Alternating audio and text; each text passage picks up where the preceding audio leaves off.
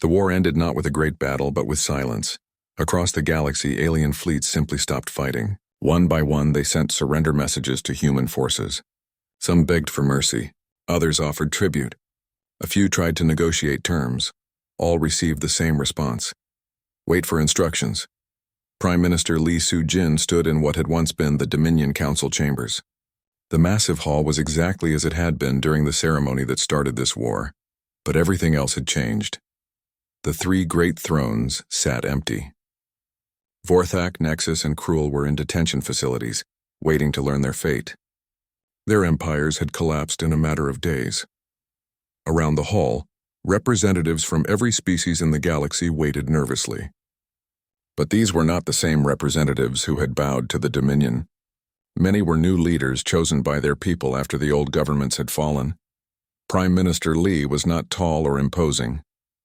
She looked like an ordinary middle-aged woman in a simple black suit. But when she spoke, every being in the hall listened with complete attention. For 2,000 years, she began, this galaxy has been ruled by fear. 3 species claimed superiority over all others.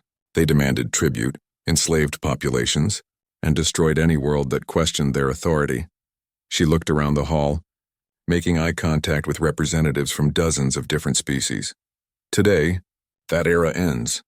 A murmur ran through the crowd. Some sounded relieved. Others seemed worried about what would replace the old system. Humanity has no desire to become the new Dominion, Lee continued. We do not want to rule you. We do not want your tribute. We do not want your submission. The hall fell completely silent. This was not what anyone had expected. However, Lee's voice became harder. We will not allow the galaxy to return to the chaos and oppression of the past. New rules will be established, and humanity will enforce those rules. She gestured to Marshal Kim Do-hyun, who stepped forward. He was a giant of a man, scarred from years of combat, with eyes that had seen too much war. The new galactic order will be based on 4 simple principles, Marshal Kim announced. First, no species shall rule over another. Every world governs itself. Every people chooses their own destiny. Several representatives began whispering to each other. For many species, this would be the first time in millennia that they controlled their own fate. Second, resources are shared, not stolen. Trade will replace tribute. Cooperation will replace exploitation. More murmurs. Under the Dominion, weaker worlds had been forced to give up their wealth to support the 3 ruling species. Now they would be able to keep what they produced.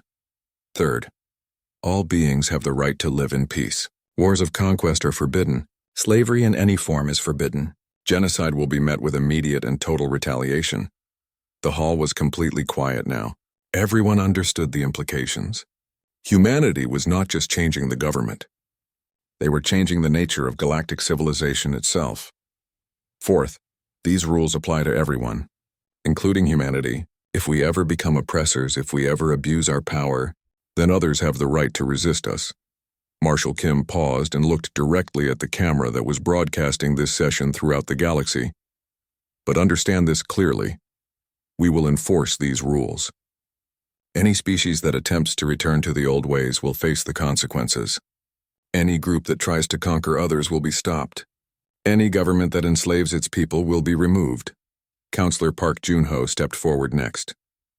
He was younger than the others, with a kind face and gentle manner. But his words carried the weight of absolute authority. A new organization will be established. The Galactic Federation. Membership is voluntary, but those who choose to remain outside the Federation will receive no protection from those who join. Several representatives raised their hands, asking to speak. Yes? Counselor Park pointed to a being with blue skin and 4 arms. What about the former Dominion species? What happens to the hegemony, the synthesis, and the supremacy? Prime Minister Lee answered. They will face judgment for their crimes, but their people will not be punished for the actions of their leaders. Every being deserves a chance to choose a better path. Another representative, this one looking like a giant insect, asked, How do we know that humans will not become as corrupt as the Dominion? How do we know you will not abuse your power? Lee smiled for the first time since the session began. Because unlike the Dominion, we do not want to rule you. We want to protect you. There is a difference. She gestured to the screen behind her, which showed images from across the galaxy.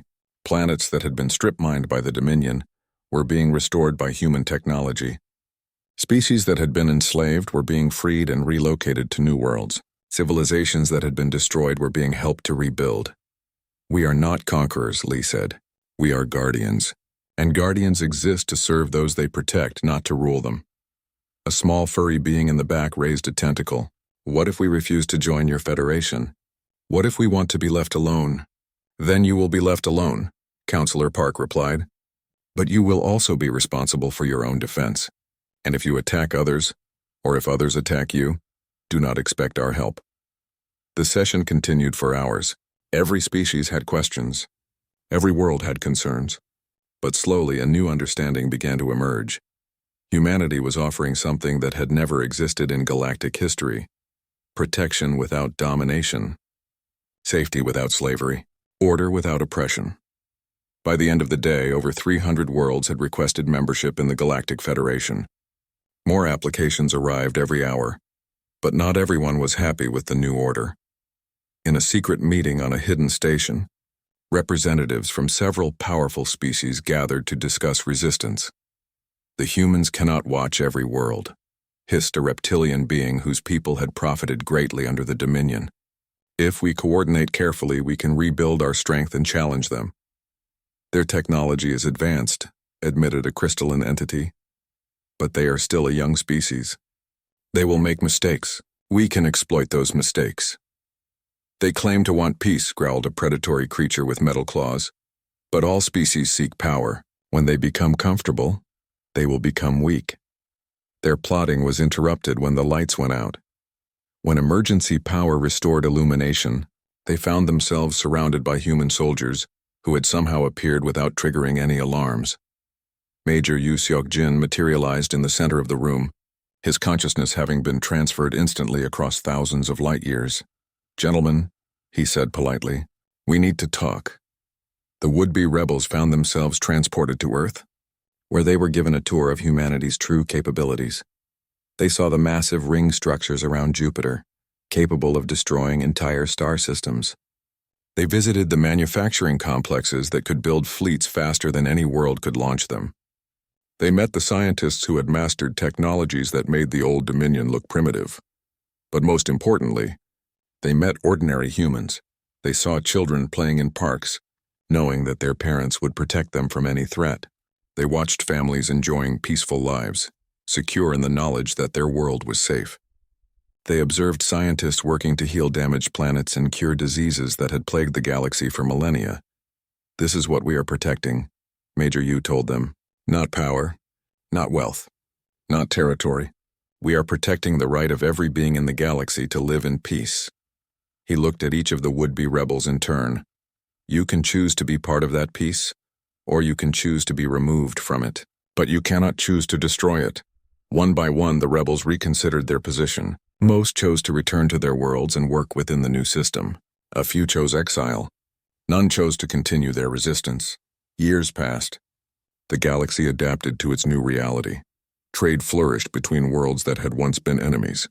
Scientific cooperation led to breakthroughs that benefited everyone. Art and culture spread freely across space as different species learned from each other. There were still problems. Pirates still raided trade routes only to find themselves facing human patrol fleets. Corrupt governments still tried to oppress their people, only to discover that humanity kept its promises about protection. A few worlds attempted to restart the old ways of conquest and slavery, only to learn that human retaliation was swift and absolute. But for the most part, the galaxy was at peace. Captain Lee, now Admiral Lee, stood on the bridge of his flagship as it patrolled the outer rim. His hair was gray now, and his face showed the lines of years spent protecting others. His aide, a young officer named Lieutenant Han So-young, looked out at the peaceful stars. "Admiral," she said, "do you ever wonder what would have happened if the Dominion had not pushed so hard? If they had been content with smaller demands?" Admiral Lee considered the question. "They would probably still be in power. We would still be pretending to be their pets. And billions of beings throughout the galaxy would still be suffering under their rule." He smiled slightly. "In a way, we should thank them. Their greed freed the galaxy." Lieutenant Han nodded, then asked another question. "Sir, the reports say we are still only using a fraction of our true capabilities. Is that really true? The galaxy erupted in chaos. Within hours of the human demonstration, emergency sessions began on every major world. The three Dominion rulers were prisoners. Their mighty fleets were disabled. Their impregnable defenses had been bypassed as if they did not exist. But Vorthak, Nexus, and Cruel were not ready to surrender. From his prison cell aboard his own flagship, Vorthak sent out a desperate call to every client species in the galaxy. His message was simple: destroy the humans before they destroy us all. The response was massive. The Dominion had ruled for 2,000 years by keeping client species weak individually, but numerous collectively.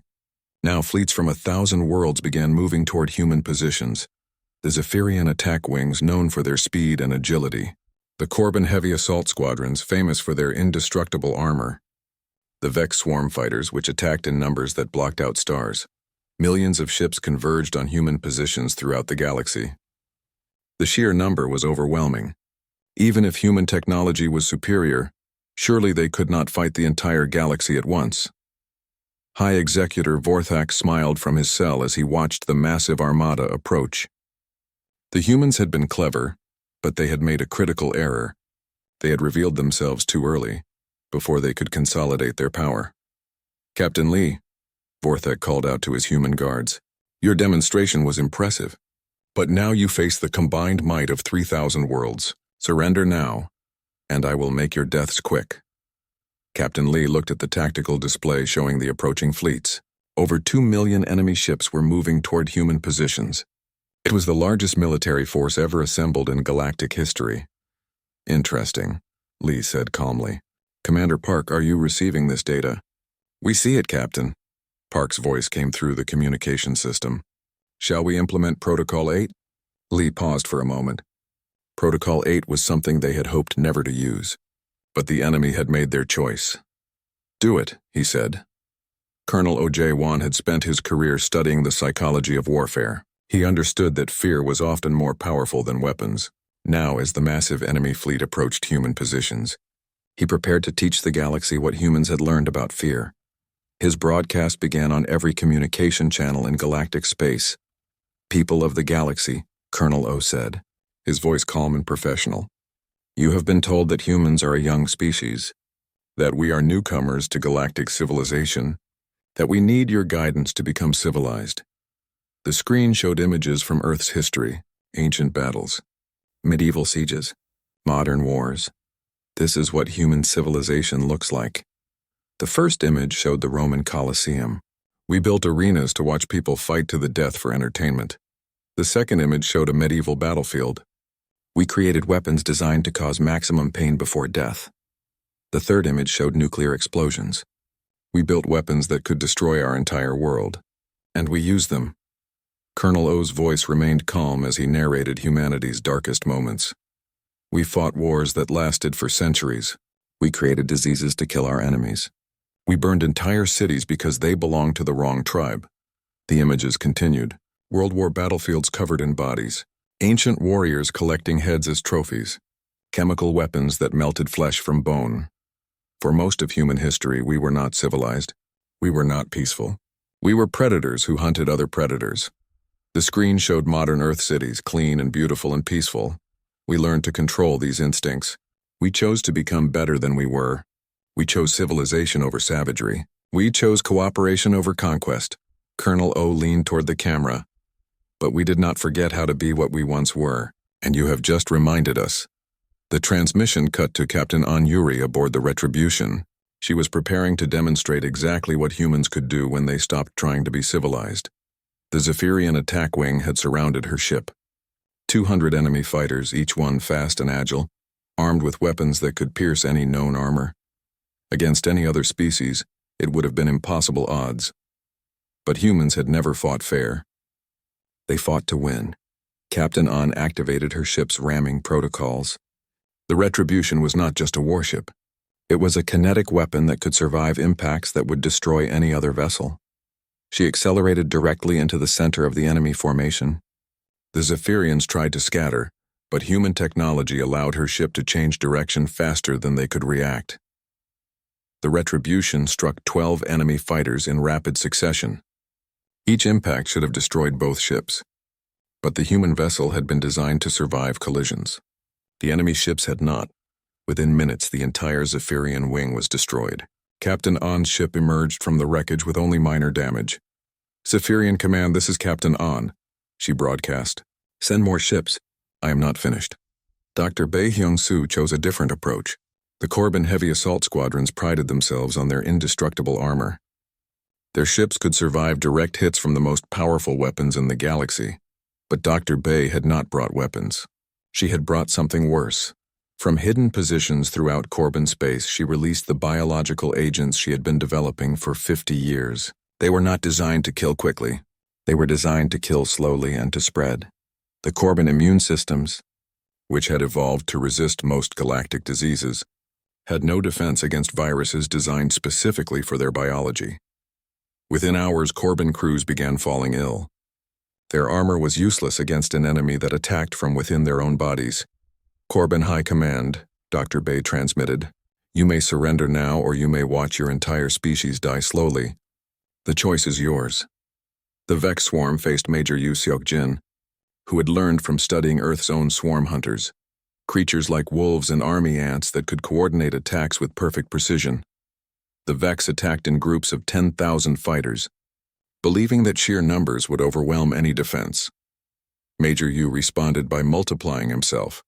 Using consciousness transfer technology, he created 1,000 copies of his mind and distributed them to combat platforms throughout the battle zone. Each copy thought independently, but shared the same tactical knowledge and determination. The Vex found themselves fighting not one human, but 1,000 humans who all knew exactly what the others were thinking. The swarm tactics that had worked against every other species in the galaxy became useless when facing an enemy who could coordinate 1,000 separate battles, as if they were one. Within 6 hours, the massive alien armada was in full retreat. Millions of ships fled toward their homeworlds, abandoning the assault that was supposed to crush humanity. But the real horror was yet to come. Fleet Admiral Shin Woo-jin had been watching the enemy retreat. He opened a channel to all human forces. "The enemy has shown us their true strength," he said. "Now we will show them ours." The screen throughout human space displayed images that made even hardened military officers pause in shock. Hidden construction platforms throughout the solar system began to activate. They had been building in secret for 50 years, creating weapons and defenses on a scale that the galaxy had never imagined. Massive ring structures around Jupiter began to glow with power. They were not just shipyards. They were weapons that could reach any point in the galaxy. Instantly, planetary-scale manufacturing. Complexes in the asteroid belt started producing new ships at a rate of thousands per day. Most terrifying of all, the moon itself began to move. The entire satellite had been converted into a mobile weapons platform, capable of appearing anywhere in galactic space. For 50 years, Admiral Shin announced, "We have been building while you thought we were learning. We have been preparing while you thought we were serving." The images showed the true scope of human preparation. Not just 50,000 ships, but millions. Not just advanced weapons, but reality-altering technology. Not just a fleet, but an entire civilization converted into a war machine. "You attacked us with 2 million ships," Admiral Shin continued. "That was impressive, but we have been holding back." The final image showed a tactical display of human space. Every asteroid had been converted into a weapons platform. Every moon was now a fortress. Every planet was defended by technology that could destroy stars. "We could have ended this war in minutes," Admiral Shin said. "We chose to give you a chance to surrender. You chose to fight." He paused, and when he spoke again, his voice was colder than the void between galaxies. "That was a mistake." From hidden positions throughout the galaxy, human forces began to reveal their true numbers. What the aliens had thought was humanity's entire fleet had been less than 1% of their actual strength. The client species who had attacked humanity began receiving surrender demands from forces they had not known existed. The galaxy was learning what humans were truly capable of when they stopped pretending to be civilized, and the lesson was written in fire across 1,000 worlds. High Executor Vorthok expected to receive Earth's surrender message. It had been 3 days since the Dominion Council made their demands. Usually, smaller worlds begged for mercy within hours. Instead, he received a transmission request from the human embassy ship. Vorthak almost ignored it. What could the pets possibly want to say? But something made him curious. He accepted the transmission. The screen showed Captain Lee Dae-ho, but he looked different. Gone was the diplomatic uniform. Instead, he wore dark military clothing with symbols that Vorthak did not recognize. His face was calm, but his eyes were cold as winter. High Executor Vorthak, Lee said, and Prime Calculator Nexus and Apex Dominator Cruel, I know you are all listening. Vorthak was annoyed. How dare this human address them without permission? I am speaking on behalf of Earth and all humanity, Lee continued. We have considered your demands carefully. Good, Vorthak thought. Finally, the pets would submit properly. For 50 years we have been polite. We have followed your rules, paid your tributes, and endured your condescension. We smiled when you called us pets. We bowed when you insulted our species. We pretended to be grateful for your protection. Vorthak's irritation grew. Where was the surrender? Where was the begging? But you have made a fundamental error, Lee said, and now his voice was harder than steel.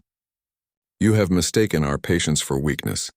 You have confused our politeness with fear. You have assumed that because we chose peace we are incapable of war. The captain leaned forward, and Vorthak felt something he had not experienced in centuries. A chill of unease. Politeness ends here, the transmission cut off. For a moment, Vorthak stared at the empty screen. Then he began to laugh. Did the little human just threaten us? But his laughter died when alarms began to sound throughout his flagship. High Executor, his communications officer called out. We are receiving emergency signals from Korthax Prime. Korthax Prime was the military heart of the hegemony. It controlled the fleets of 1,000 worlds. It was supposed to be impregnable. What kind of emergency? Vorthak demanded. Sir, their primary command center has gone dark. All communications have been cut. Their defense grid is malfunctioning. That was impossible. The defenses of Korthax Prime could stop an entire fleet. Send a battle group to investigate immediately, Vorthak ordered. But before his ships could move, space around the Dominion capital began to shimmer. Admiral Shin Woo-jin watched from the bridge of his flagship as 50,000 human ships emerged from quantum fold space. They appeared all around the Dominion's most important world simultaneously. The ships were nothing like the galaxy had ever seen. They were black as the void between stars, with smooth curves that seemed to bend light around them. They made no sound. They emitted no heat. They simply appeared like nightmares made real. All ships, report status, Shin commanded. Phoenix Squadron in position around Hegemony Command. Dragon Fleet surrounding Synthesis core worlds.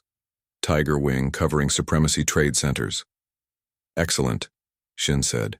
Begin the demonstration. On the Dominion capital world, Apex Dominator Cruel watched in horror as human ships surrounded his planet. Each ship was larger than his most powerful dreadnought. And there were thousands of them. How many ships do the humans have? He demanded. Sensors detect 57,000 vessels, sir, his tactical officer replied, his voice shaking.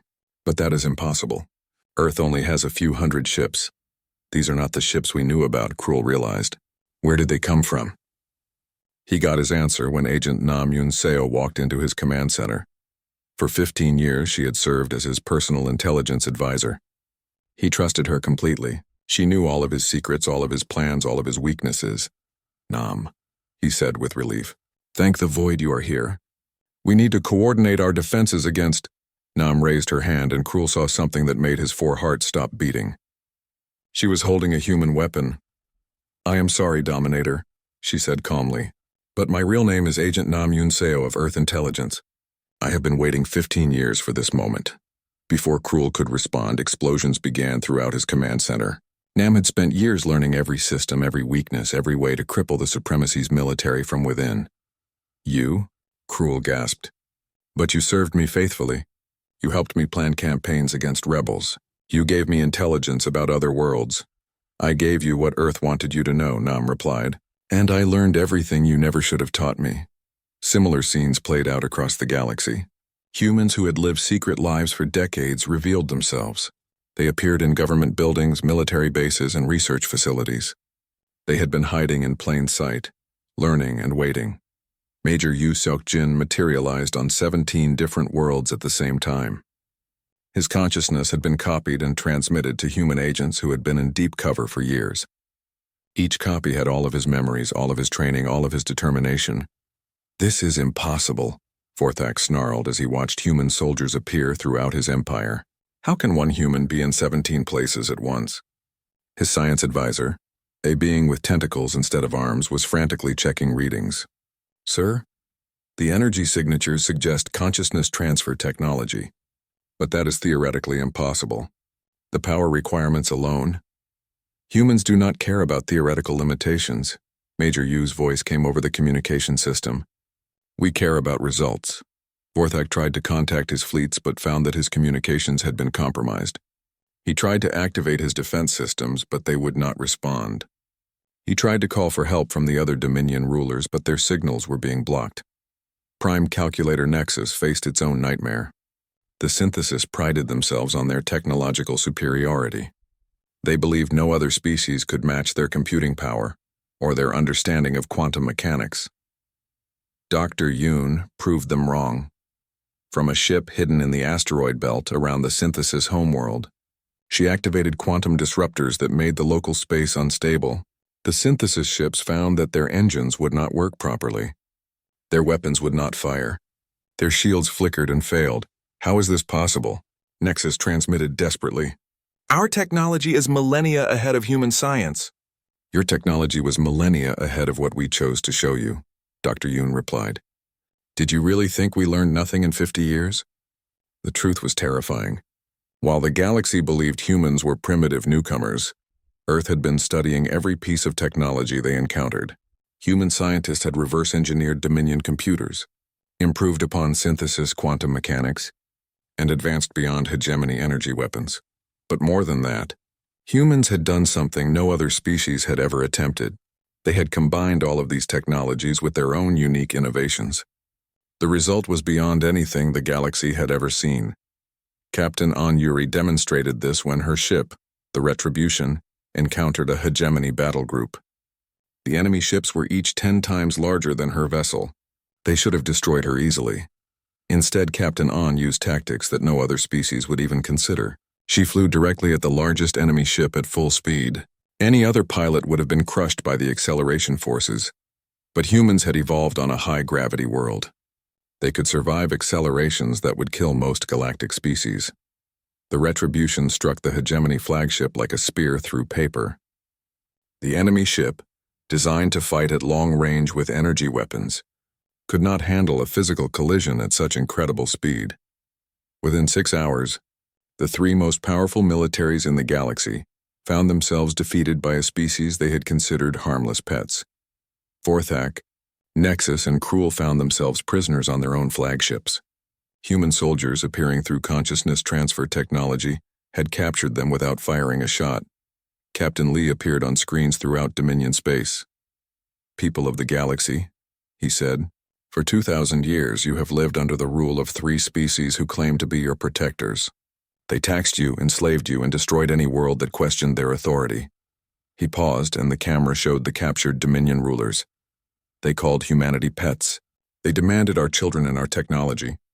They threatened to destroy our world if we did not submit." Lee's voice grew harder. "They were wrong. We are not pets. We are not primitives. We are not weak." The screen showed images of human ships surrounding every major Dominion world. "We are humans. We are the species that conquered our own planet before we ever left it. We are the people who turned the atom into a weapon and reached other worlds with nothing but chemical rockets and determination."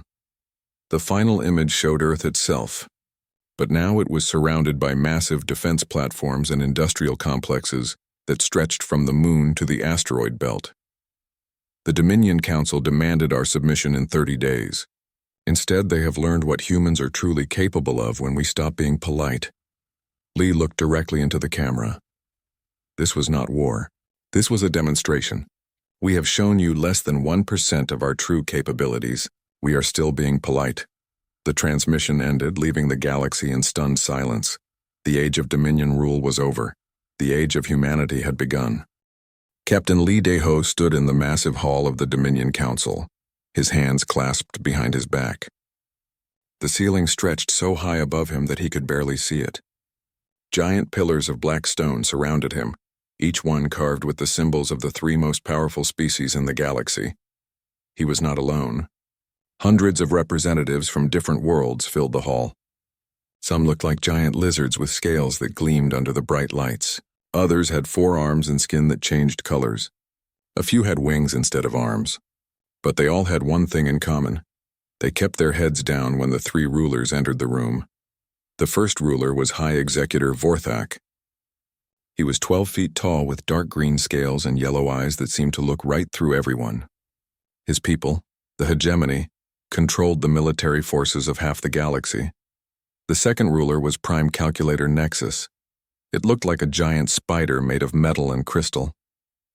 Its people, the Synthesis, controlled all the technology and communication networks. The third ruler was Apex Dominator Cruel. He had gray skin, 4 arms, and a head that was twice the size of a human head. His people, the Supremacy, controlled trade and resources across thousands of worlds. These 3 species had ruled the galaxy for over 2,000 years. Every other species had to follow their rules, pay them tribute, and ask permission for almost everything. Lee represented Earth. His planet had joined the galactic community 50 years ago.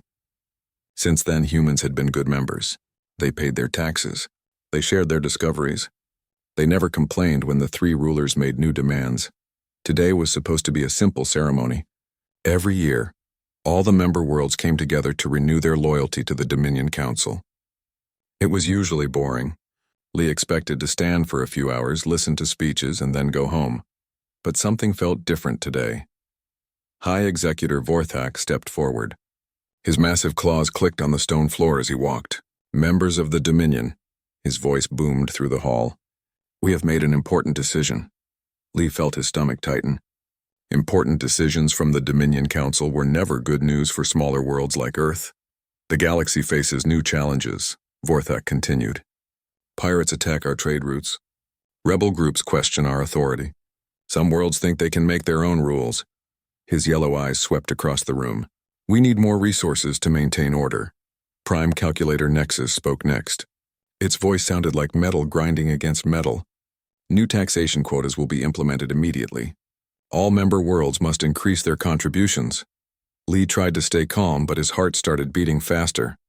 Increased taxes were nothing new. Earth could handle that. Then Apex Dominator Cruel spoke, and Lee's blood went cold.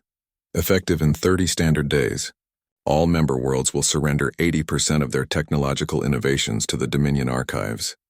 Additionally, 60% of each world's population between the ages of 18 and 40 will be drafted for galactic service. The hall went completely silent. Lee could hear his own heartbeat in his ears.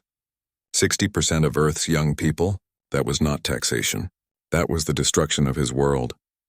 Around him, other representatives looked shocked. Some started whispering to each other. A few began to cry. Lee looked toward Ambassador Kim Tae-woo, Earth's chief representative. Kim was an older man with gray hair and kind eyes. He had spent his whole life trying to keep Earth safe through diplomacy and cooperation. Kim stepped forward. His voice was steady and polite. "Honored rulers, Earth requests permission to speak." Vorthak nodded. "The pet world may speak." Lee's hands clenched into fists, but he kept his face calm. Pet world, that was what they called Earth. "Earth has always been a loyal member of the Dominion," Kim said. "We have paid every tax, followed every rule, and contributed to galactic peace. These new quotas would devastate our world. We humbly request that you reconsider."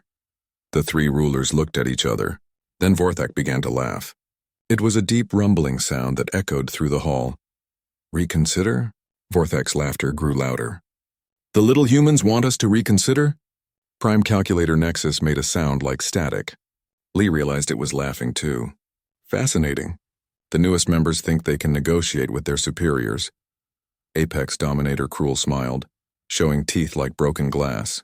"How charming. The pets think they have a choice in the matter." Vorthak stopped laughing and looked directly at Kim. "Listen carefully, little human. Your species exists because we allow it. You breathe because we permit it. You have survived for 50 years because we find you amusing." He took a step closer to Kim. "You are charmingly naive pets who should be grateful for our protection. The fact that you dare to question our decisions shows that you have forgotten your place." Kim's face went pale, but he stood his ground. "Earth simply wishes to continue serving the Dominion effectively. These quotas would prevent us from— Silence, Cruel interrupted. You will comply with our demands or your world will face the consequences. We have destroyed entire civilizations for less than what you just said. Vorthak nodded. 30 standard days. That is all the time you have. If Earth does not comply fully, we will consider it an act of rebellion, and we all know what happens to rebels. The meaning was clear. Earth would either give up most of its people and technology, or it would be destroyed. Kim bowed his head. Earth understands. Good, Vorthak said. Now return to your little world and prepare for your new obligations. And remember, we are being generous by giving you time to prepare. The ceremony continued, but Lee barely heard the rest of it. His mind was racing. 60% of Earth's young people, 80% of their technology. It was impossible. Earth would become an empty shell, unable to defend itself or even maintain its civilization. As the ceremony ended, Lee walked beside Kim toward their ship. Neither man spoke until they were safely inside. Sir, Lee said quietly, what are we going to do? Kim sat down heavily in his chair. He looked older than Lee had ever seen him. We are going to send a message to Earth. Code 7 priority.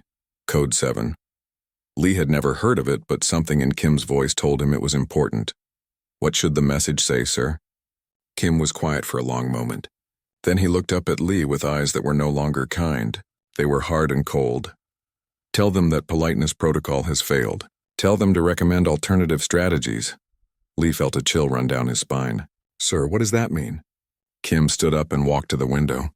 Outside, the massive ships of the Dominion fleet filled the space around the station.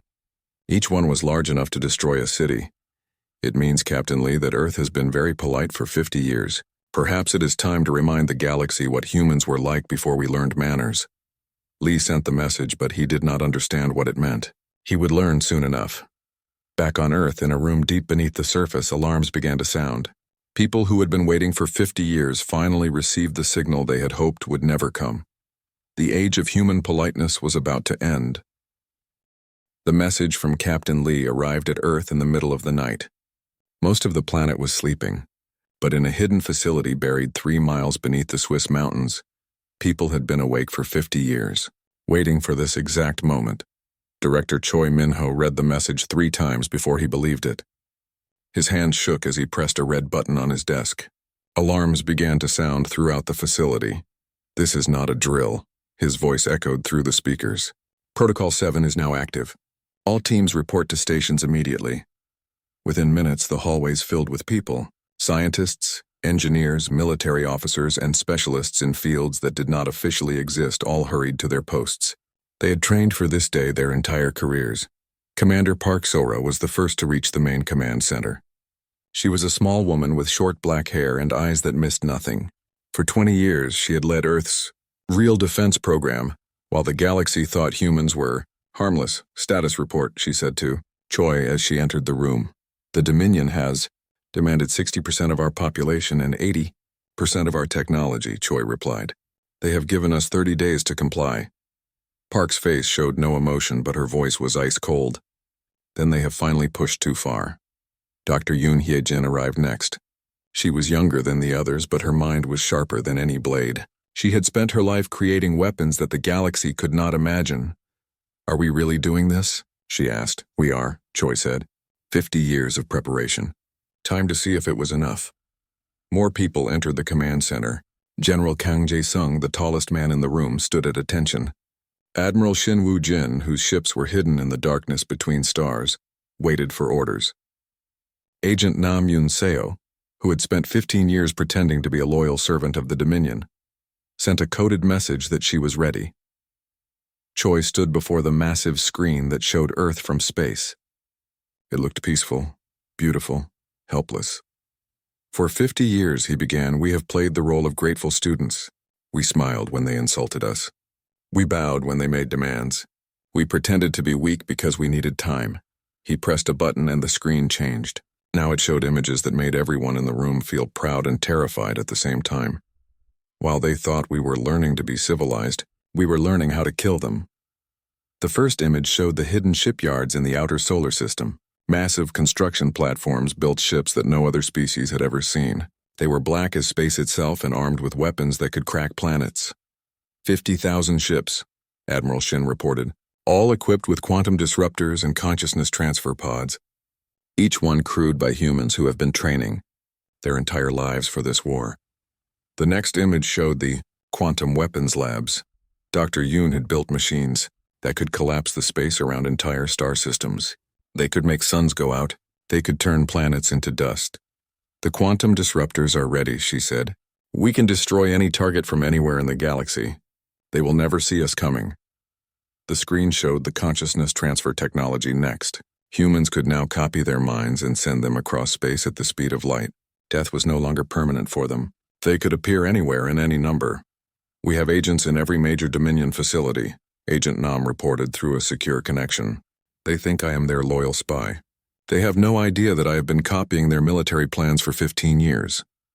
The final image was the most terrifying of all. It showed the nanoscale replicators, tiny machines that could turn any matter into anything humans needed. They could build an army from dust. They could turn enemy ships into human weapons. The replicators are deployed throughout Dominion space, reported Dr. Bae Hyun-soo, the biological systems expert. We can activate them at any time. Their own planets will become our factories. General Kang stepped forward. Request permission to activate the hidden fleet. Choi looked around the room. Every face was calm and determined. These people had spent 50 years preparing for this moment. They had children and grandchildren who grew up knowing that one day they might have to fight for the survival of their species. Permission granted, Choi said. Send the recall signal. All hidden assets are now active. Across the solar system, things that had been waiting in the darkness began to move. Ships emerged from asteroid fields where they had been hiding. Weapons platforms that had been disguised as space debris came online. Humans who had been living secret lives on distant worlds received orders that they had been expecting their entire lives. Park opened a secure channel to Earth's government. Prime Minister Lee Soo-jin appeared on the screen. She was in an emergency meeting with the world's leaders. Director Choi, she said, the whole world is asking what we should do. Should we comply with their demands? No, Prime Minister, Choi replied. We should remind them what humans really are. And what are we, Director? Choi smiled, but it was not a kind smile. We are the species that survived ice ages by learning to hunt mammoth. We are the people who crossed oceans in wooden boats. We are the civilization that split the atom and walked on other worlds before we ever met another intelligent species. He paused and looked at the screen, showing the Dominion fleet in orbit around their capital. World. We are predators, Prime Minister. We have been predators for millions of years. For 50 years we pretended to be prey because it was useful. But they have made a mistake. What mistake? They threatened our children. And there is nothing in this galaxy more dangerous than humans protecting their young. The Prime Minister nodded slowly. What do you need from me? Give me permission to show them what humans were like before we learned to be polite. You have it. All of it. Do whatever you must do to protect our world. The connection ended. Choi turned to his team. Dr. Yoon, prepare the quantum disruptors. Target their primary military installations. Yes, sir. Admiral Shin, deploy the first strike fleet. I want them to see our ships before they die. Already moving. Sir. Agent Nam, begin the sabotage operations. Make their communications fail. Make their weapons malfunction. Make them blind and helpless, and it will be done, sir. General Kang, activate the Special Assault Corps. I want human soldiers on their most important worlds within 6 hours. They are already in position. Sir Choi looked at the screen one more time. In 30 days, the Dominion expected Earth to surrender most of its people and technology. Instead, they were about to learn why humans had conquered their own world long before they ever reached for the stars. Send a message to Captain Lee, Choi said. Tell him to prepare a special broadcast for the Dominion Council. They wanted to see what happens when Earth stops being polite. Park smiled for the first time in years. What should the message say? Tell them that politeness ends here. Across the galaxy, the 3 most powerful species in known space continued their daily routines. They had no idea that the harmless humans were about to teach them the difference between being weak and choosing to appear weak. The lesson was about to begin, and it would be written in the ruins of their empire.